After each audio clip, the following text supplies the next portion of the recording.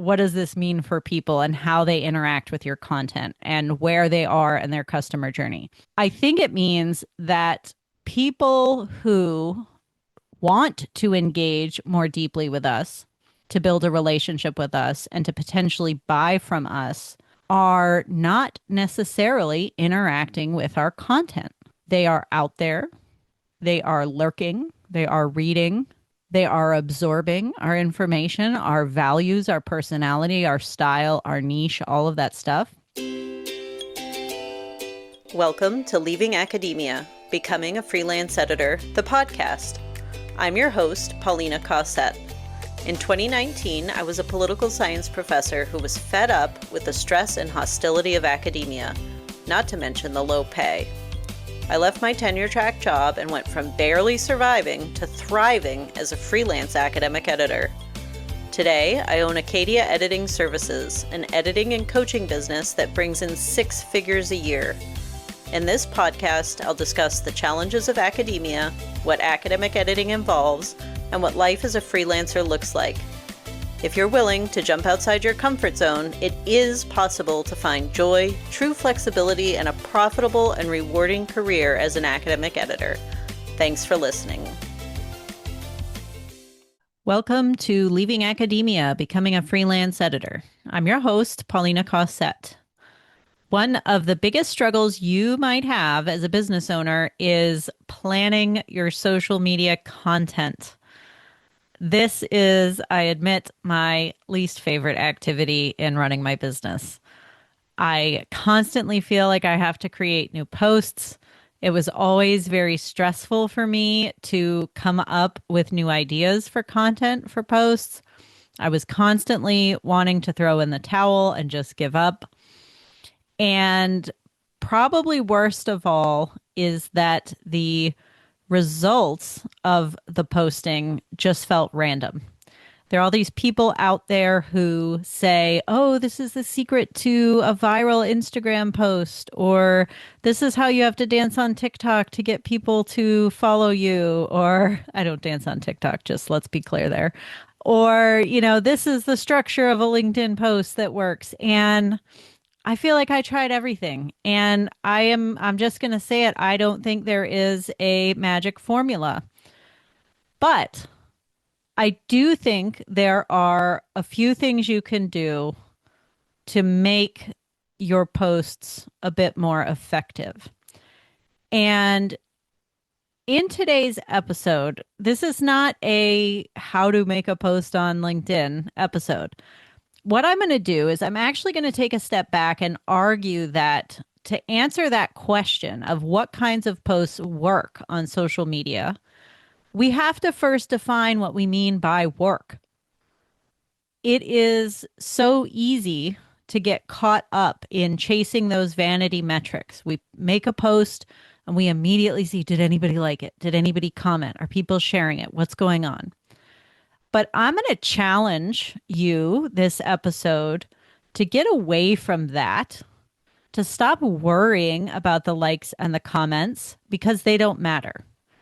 Instead, I'm going to tell you what truly does matter and what metrics you need to be focused on that actually lead to clients.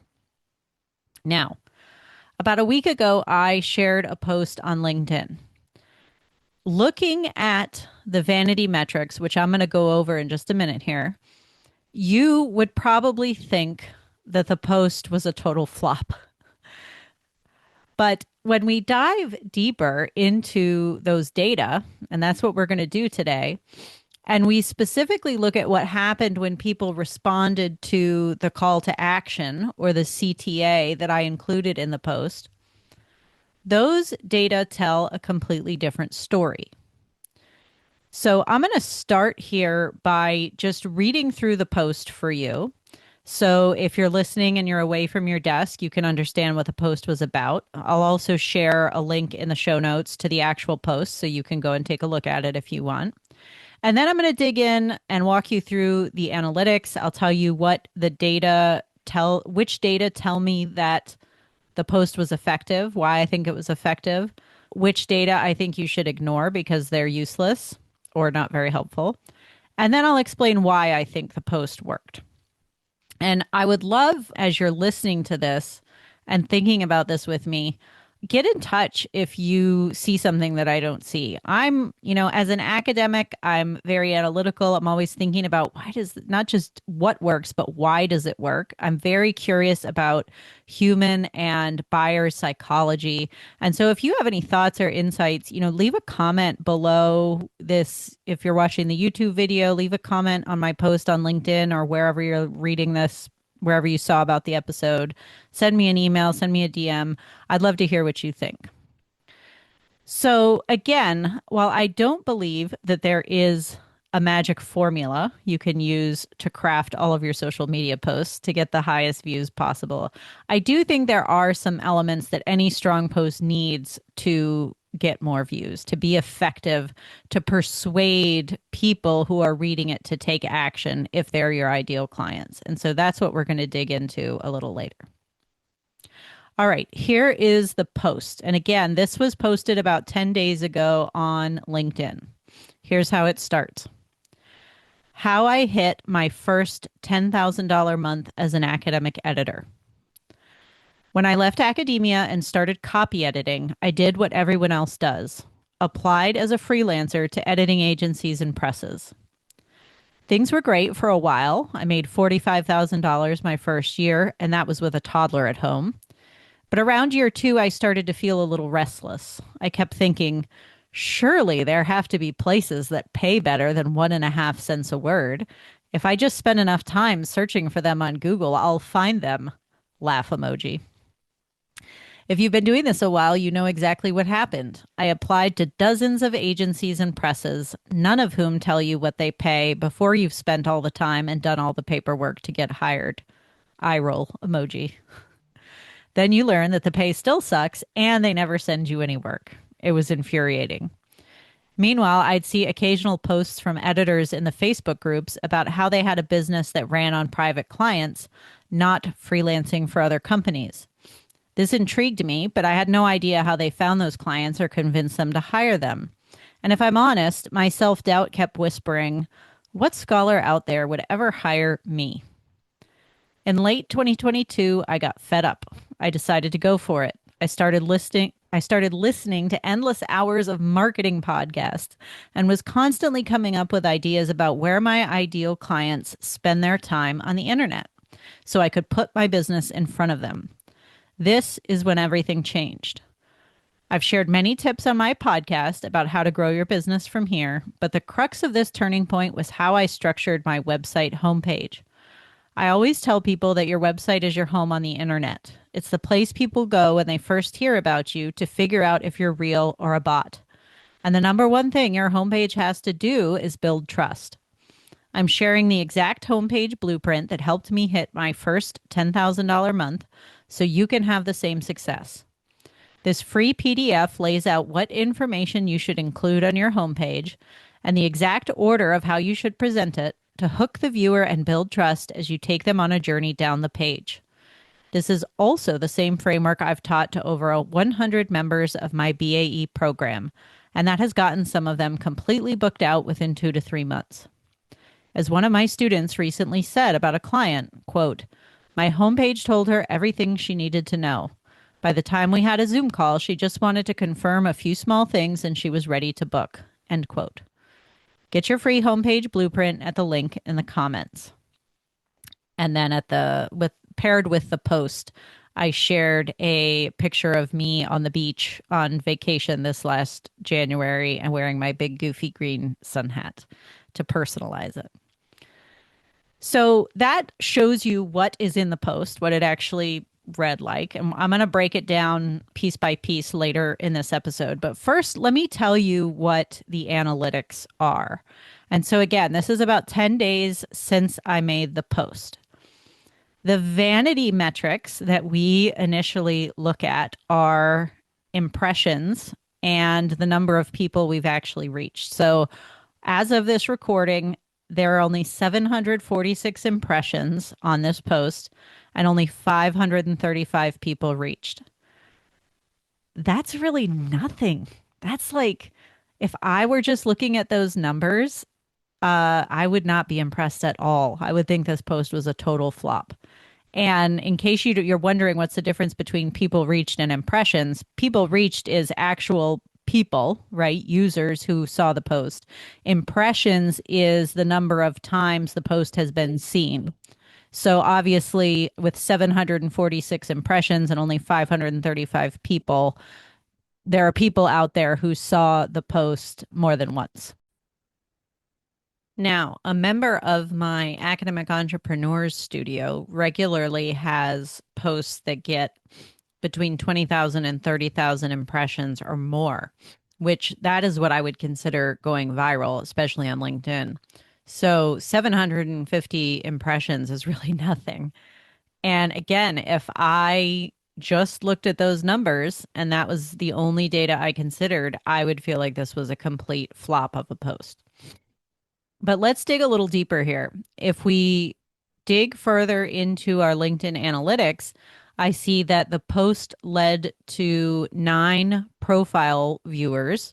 So 9 people who saw the post then went and looked at my profile, and 2 people decided to follow me from that post. So that's okay. I mean, I'll take whatever followers I can get, but it's not a lot to get excited about, right? Again, the data that we're looking at are not spectacular from this vantage point. Next, we look at more of these vanity metrics. Here, the post got 14 reactions, so likes or loves or whatever. There were 2 comments, one of which was mine, where I provided the link to the free guide.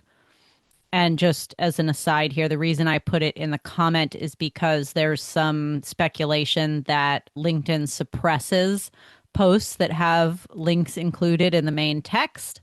I'm not sure that putting it in the comment made a difference here with only 750 impressions, but it's something that I experiment with. There were also 2 people who reposted it. I think both of those people are in my program, so it was very nice of them to do that. Thank you. And there were 3 saves. So I'm going to talk a little bit more about the likes in just a minute. But the thing that stands out most to me here is the 3 saves. I think, in all of these supposed vanity metrics, the ones that are the most valuable are the saves and the followers. So those, it's nice that people like your post. It's nice that people comment on it. And any kind of interaction like that is going to tell the algorithm that the post is valuable or interesting, and it's then going to get pushed out more widely. But even with 14 likes, and I think some of those were hearts, it clearly didn't do much for the post, right? There was still only 750 impressions. And so with 14 likes, which is pretty good, the algorithm isn't sharing it very widely. The 3 saves, I think, are useful to know because that tells me that people found the post helpful, that they thought the information was helpful, and that it was worth saving. And the 2 followers tells me that there are people who are new to me, who are new to my world, who decided that the post was interesting or rather interesting enough that they decided to follow me to learn more about and see more of my posts. So I think from a content or, topics perspective, those 2 things, the saves and the follows, tell me that this type of post was useful to at least some people. And maybe I want to try making another post on this kind of topic. But so far, you're probably thinking, why is Paulina telling us about this ridiculous post? It is nothing to write home about. And you're right. Based on these data, it is nothing to write home about. But the post, when we dig deeper into different kinds of data, and this is really the crux of my whole argument about why you should ignore vanity metrics, is that the post really was successful. It's just these vanity metrics are not showing it. Now, the reason I made an entire podcast episode about this seemingly unimpressive post is because, as you heard me say earlier, The call to action or the CTA in the post was to download my free homepage blueprint. And by the way, if you want that blueprint, you can go to acadiaediting.com/blueprint and get it for yourself.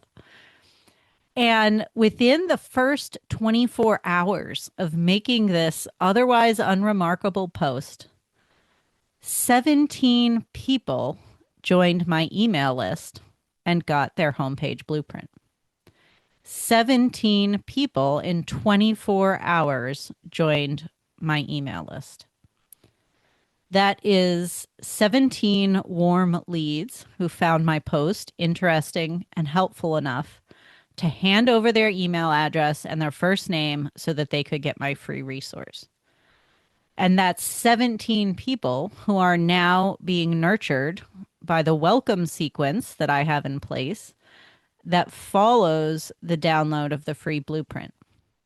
And I will say for reference, 17 people in one 24-hour period is a lot. When I am only relying on organic content, so when I'm not running any ads on Meta or anything, I'll usually get about 10 to 15 people in a week who join my email list. So 17 people from one post in 24 hours is really, really good. And I just want to emphasize here that this is where the magic happens in your marketing.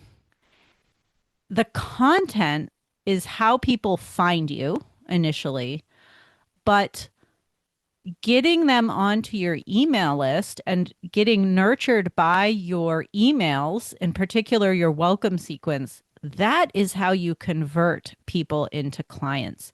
It is not from just spraying and praying your posts all over the internet, hoping that somebody will be moved to DM you. It is not from posting and posting and posting and providing more value and giving more tips and doing more education. I believe that you should think of your LinkedIn or other posts as ways to put yourself in front of new people. There is a little bit of nurturing that goes on when people see your posts over and over again once they follow you. But really, the nurturing and the magic in the conversion happens when they join your email list.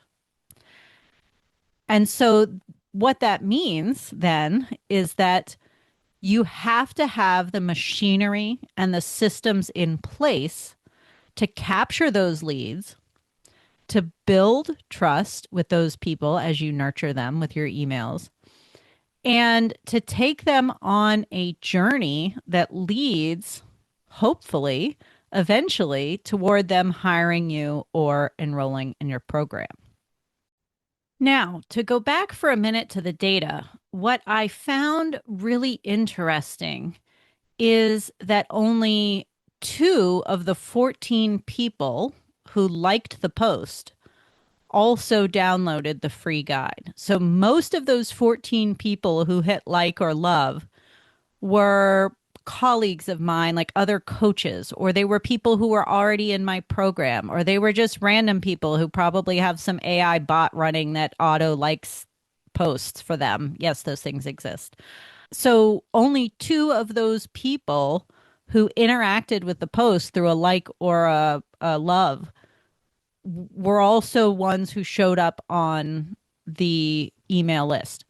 To put that differently, only 2 of the 17 people who downloaded the free blueprint liked that post. So we are, in the Venn diagram of who engages with a post and who actually downloads the free guide behind the scenes. There's very, very little overlap, right, in those 2 things.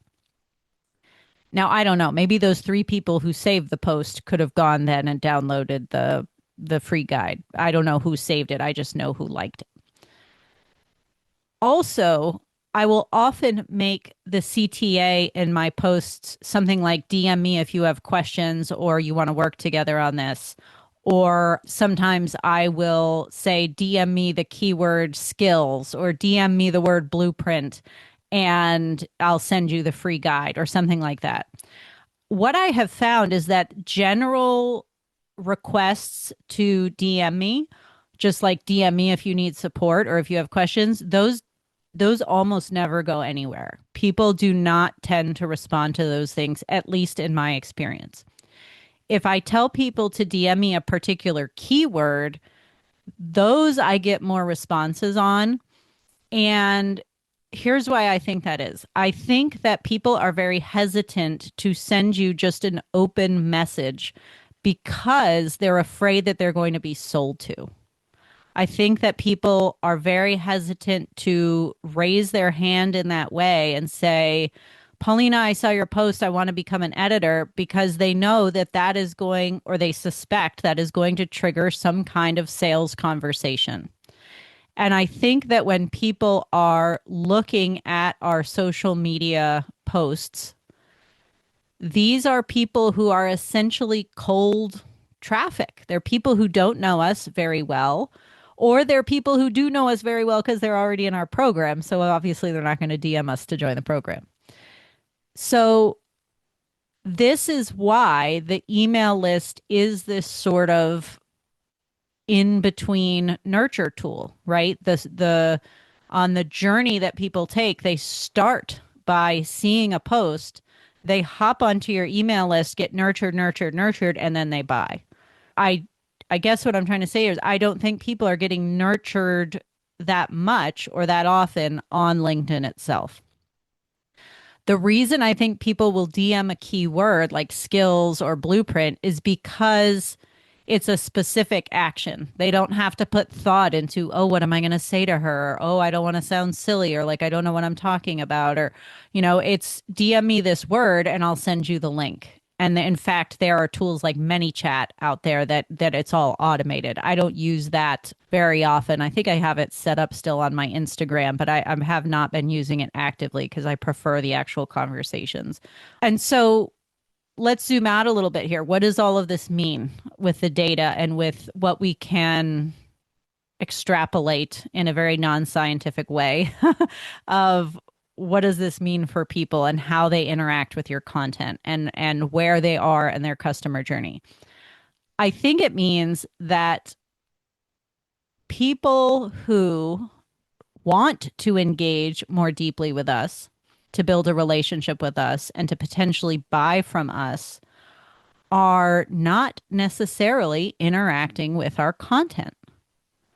They are out there, they are lurking, they are reading, they are absorbing our information, our values, our personality, our style, our niche, all of that stuff. But that doesn't mean that they're liking our content. And the flip side of that, of course, is that just because you have a post that gets one like or two likes or even no likes, it doesn't mean that it's not working. It doesn't mean that nobody's reading it. It doesn't mean that nobody's taking it to heart and remembering that you exist and being reminded that you exist. And I think that that's a really important point that gets overlooked, is that we put so much stock in these vanity metrics of likes and comments. And what we forget is that there are people out there who are silent, who are not engaging, but who are still thinking about us and our offers. And that alone, I think, is the most important reason for you to keep posting. Don't burn yourself out on it. Don't feel like you have to post every day. Don't feel like every post has to be this lightning bolt of genius that you're sharing with the world. It doesn't. And we're going to talk about the structure of the post in just a second. But keep posting. Keep a conversation going with that platform, with putting yourself out into the world, because you never know who's watching. You never know who's listening, who's maybe saving those posts, right? You can look at the saves, and you never know who is considering potentially working with you, and it just takes them a bit longer to warm up to you and to make the decision. So let's turn now to analyze this particular post. And I'll give you a few ideas as to why I think it quote unquote worked. But I don't want you to put too much stock in any one of these things because I don't think that there is a magic formula, as I said. I think there are a few components that you can focus on and try to improve and experiment with, but I don't think there is a magic formula. The first thing that I think, though, that worked for this post is that it has a strong hook. And that hook is the very first line: how I hit my first $10,000 month as an academic editor. That hook, I think, was effective because it mentions something that many editors in particular think is unattainable, and that's making $10,000 in a month. I've seen a lot of pushback from people when I say that I had 10K months, and they say, oh, no editor makes 10K a month. That's ridiculous. It's not ridiculous. If you know how to market yourself and you're consistently putting yourself out there, it is very possible. So I think it mentions this thing that people think is unattainable, and it opens a curiosity loop where people read that and they think, oh man, how do I do that? If she did that, how can I do that? And they are curious. They want to learn more. And so they keep reading. And I think by saying the fact that I achieved this, it starts to build credibility. It shows people that I did this, I achieved this goal, and so maybe I have important information to share with them. The next thing that I think the post does that worked, that helped, is it uses storytelling. And I say, when I left academia and started copy editing, I did what everyone else does.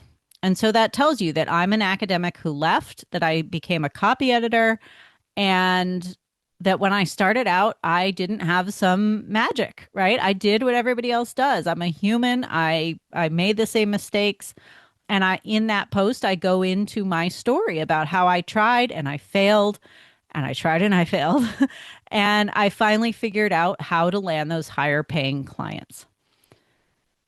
I think that storytelling in general is a particularly effective narrative tool, especially on LinkedIn. I think if you notice from when I read the post earlier, it's quite long. In fact, I think it would be too long for Instagram. Maybe not, maybe it'd be okay for Facebook, but I think that those longer stories that are really almost like a blog post, those play really well on LinkedIn. People really enjoy hearing about your life and your reflections on your life and your lessons that you learned and the connections that you made. And people just like that. It works. And the great thing about that too is that many of us hate marketing. We don't want to be salesy. And so, just little caveat here, you don't have to be, right? You don't have to be salesy. You can tell stories about your life and the lessons you've learned and how you apply it in your business. And that's marketing.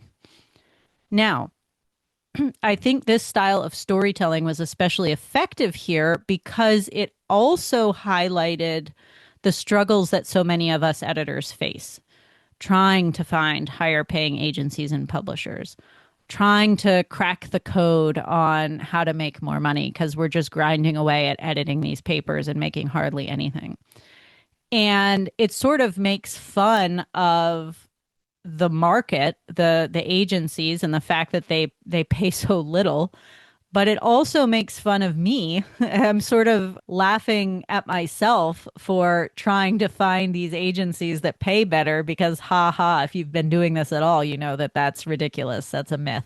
They don't exist. And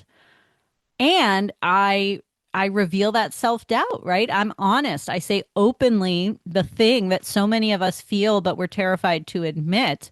And that is that I doubted that anyone would actually hire me. And that is absolutely true. I remember seeing longtime editors who had been editing for years and years, decades, posting in the editors groups on Facebook saying, oh, well, my client this or my client that. And I thought, man, how do they get clients? How do I get somebody to hire me? I don't know anybody who would hire me.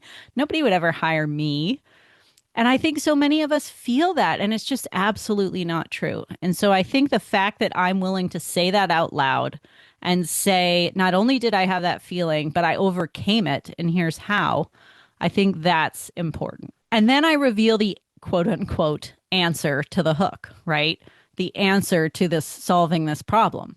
I close the curiosity loop that I had opened when I started the post with that hook about how I had my first 10K month. And that end of the loop was this quote: I'm sharing the exact homepage blueprint that helped me hit my first 10K month so you can have the same success. And this is a clear and tangible answer to that question of how do you have your first 10K month. It's also a resource that I'm offering people for free in exchange for joining my email list.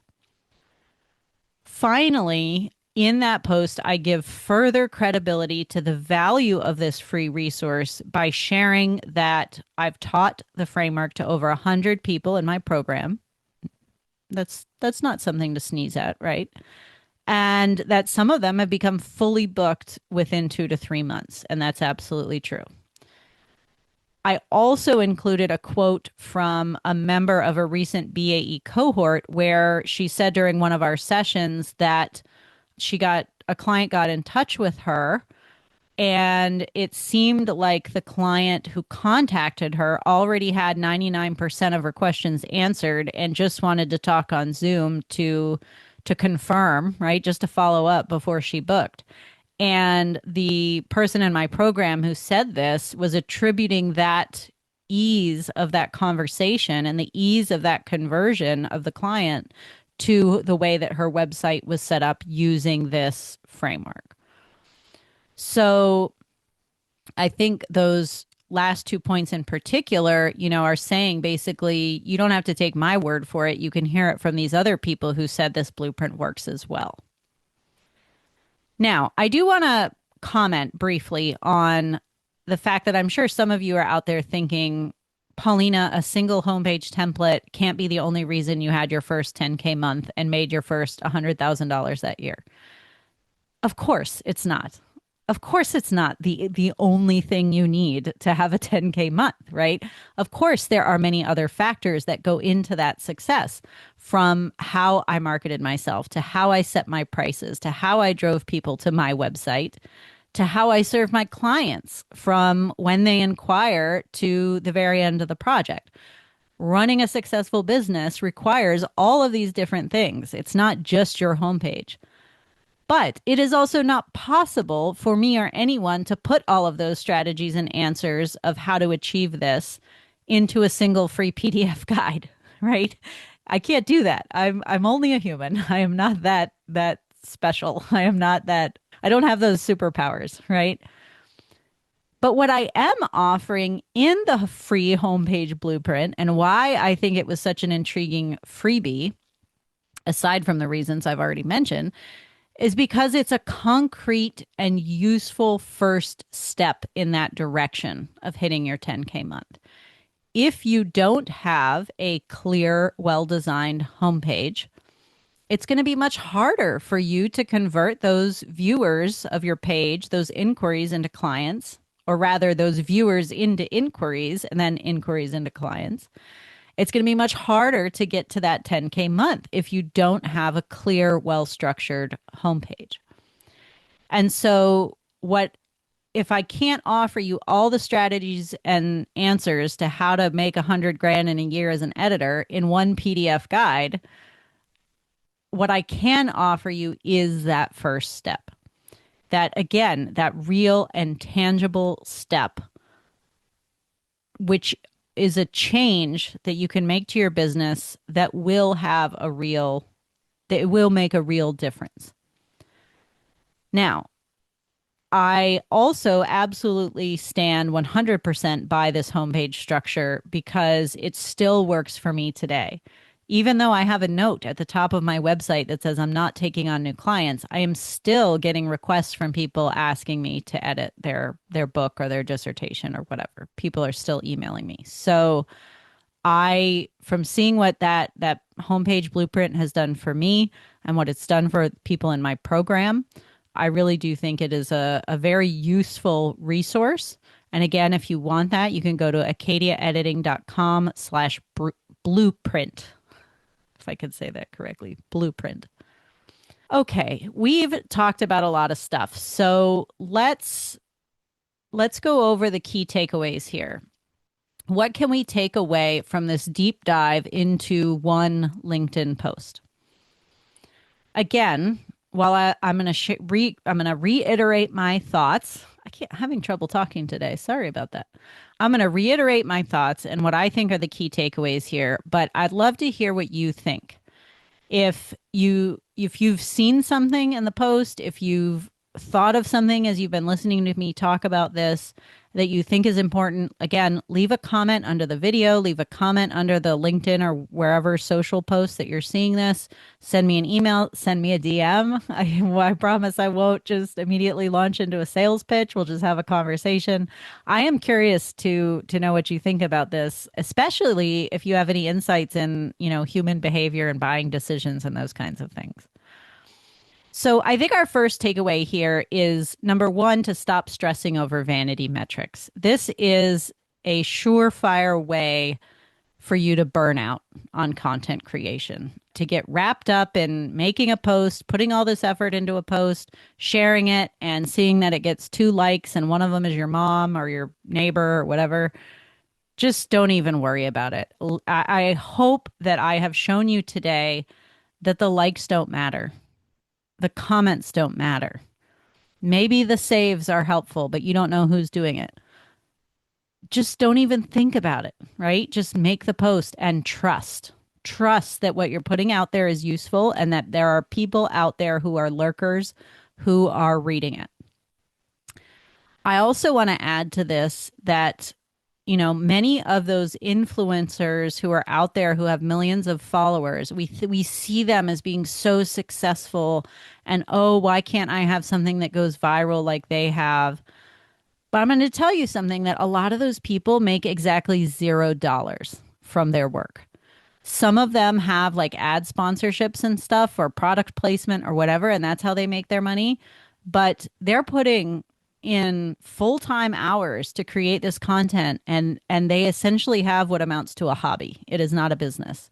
So measuring yourself against that standard of influencers who have millions of followers is not the way to go, because you don't want a hobby. You're trying to build a business. I do think also a takeaway is that you need to start focusing on what does matter. These are your calls to action and where you are directing people to go after they read your post. What do you want them to do? Many business owners, especially editors, think that they can have a successful business simply by being talented, simply by being a good editor, and surviving by getting referrals. Are there people out there who do this, who survive just on referrals? Yes. But the ones I know of have been doing this business a long time, for decades. And they have a very large base of past clients, and they probably have websites with strong search engine optimization, or SEO. And they have a strong network of editor colleague friends who send them projects. If you are just starting out in business, please do not put all your eggs in the referrals basket and just hope that your work will speak for itself. That is not going to work. People need to know you exist before they can hire you and see that you are a good editor. You need to do other things, like post on social media, like write blog posts, like do outreach to potential clients in order to land your first clients. Just hoping that you will get referrals is not enough to grow a successful business that is sustainable in the long term. Point number 3 for takeaways. You need systems. You need machinery that is constantly running in your business behind the scenes. Specifically, you need an email list. You need a solid 5-day welcome sequence that explains to people who join your list who you are, what you value, and how they can work with you. Show them that you're easy to work with. Show them how you work with clients. Build that trust over 5 days of emails. Yes, send the email every day. Hiring an editor or a coach can be a very big and pricey decision for some people. They need to get to know you. They need to be warmed up a bit before they decide to purchase. The other function of the email list and the welcome sequence, of course, is that it keeps people top of mind. When someone first sees your content on LinkedIn or wherever, they think, oh, that's really interesting. Maybe I'll save this post. Maybe when I finish my book this summer, I'll hire an editor. And what happens? They save the post and who looks at their saved post folder? I don't even know where the saved post folder is on LinkedIn. They forget. They forget about you because they are being bombarded with ads and TikTok dancing and reels and all these other things are competing for their attention. But when you have a solid call to action that directs people to join your email list, to get a free resource, heck, even to get your monthly newsletter, don't call it a newsletter, call it writing tips or something. Nobody wants another newsletter. That makes sure that you have access to their email inbox, which is one of the most private and protected spaces that we can be in as a business owner. People take email seriously. They read their email. Email is very effective. And in this situation, instead of just saving your post and completely forgetting they saw it and that you exist, they've signed up to get the free thing. They now have an email from you coming into their inbox every morning, every afternoon, whatever, every day for 5 days. And that keeps you top of mind so that they can't forget about you. So maybe they sign up for your free thing while they're scrolling at their kids' dance practice in the afternoon. And they go home and they get wrapped up in cooking dinner and they're tired and they lay in bed at night and watch Netflix because, God, that's the only thing that helps us anymore to survive. And the next morning, since they joined your email list at their dance practice, the next morning they get an email from you and they go, oh, yeah, I remember I saw her. I saw her post. And that email helps them get to know you and they understand you and they like you and they start to trust you. And the next morning they get another email from you that talks about how you can help them solve their problems. And then the next morning they get an email from you about how easy it is to work with you. Just schedule a call. Just fill out my form. Just send me a draft of your file, right? All of this keeps you top of mind for 5 days, 7 if you're ambitious. That's fine. 7 is great. But 5 at least. It gives them time to process and to think and to find time in their lives to actually get in touch with you properly. Whereas if they just see the post, the chances are the algorithm is not going to feed them another one of your posts again, even if they're following you. It's not going to show up for them. They won't remember who you are. But if you have them on your email list, you've captured their attention and you can keep speaking to them and keep nurturing them. Finally, experiment with how you write your social media posts. Don't obsess over the structure. I highlighted a few things that you can think about, like the hook and storytelling and connecting with people. Do start with an intriguing hook that opens a curiosity loop. Do tell a story, make it personal, be as vulnerable as you are comfortable being in a public space. Don't share anything that you're not comfortable sharing, but do speak to the struggles of your ideal clients, especially if they are struggles that you yourself have overcome, that you have the solution to, that you can help these people. And then close the curiosity loop with your lead magnet. If this is the free thing that you want them to get from joining your email list. How did I make my first 10K month? Story that shows I understand you and identify with you because I was you. And here's the solution, right? Or the first step in getting the solution. What do you use for a lead magnet? It can be a PDF guide. It could be a short video that you record. It could be a podcast episode. It could be a quiz. It's totally up to you, but it should deliver a quick win for your ideal clients. And it should be followed by an effective welcome sequence. That's it. That's what I got, folks. I know that this stuff gets confusing and overwhelming really quickly. I know it's very easy to feel buried in more information. We have too much information. Focus on these key takeaways and these few key points that I've given you. And beyond that, just experiment, right? This post that I wrote, I didn't say this at the beginning, but I think I wrote this like on a Saturday morning when I was laying in bed. I had some idea that sparked out of nowhere and I typed it out and I shared it. And that was it. But I also had the welcome sequence waiting in the wings. I had already created it and knew that I wanted to make a post that spoke directly to editors when normally I speak to academics who want to start a business. And it was just some inspiration that I had that I wrote the post and I posted it, and it ended up in those 17 people joining my email list in 24 hours. So experiment, see what works. I'm going to try posting again something about this. We'll see what happens if it has the same success. And we'll see. Let me know what you think in the comments. Send me a DM, whatever. If you want to get the website homepage blueprint, again, go to acadiaediting.com/blueprint. And if you want support in designing and launching a sustainable editing or coaching business with the academic skills you already have, if you're just starting out, go to acadiaediting.com/become an editor. And that will give you all the information you need on my program, BAE.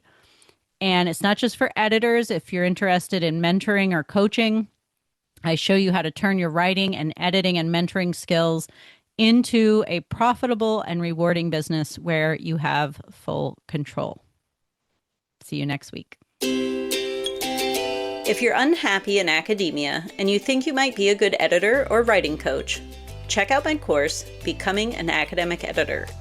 This digital course is paired with a 12-week group coaching program to support you through your decision to leave academia or not, and to start building a profitable and rewarding academic editing business.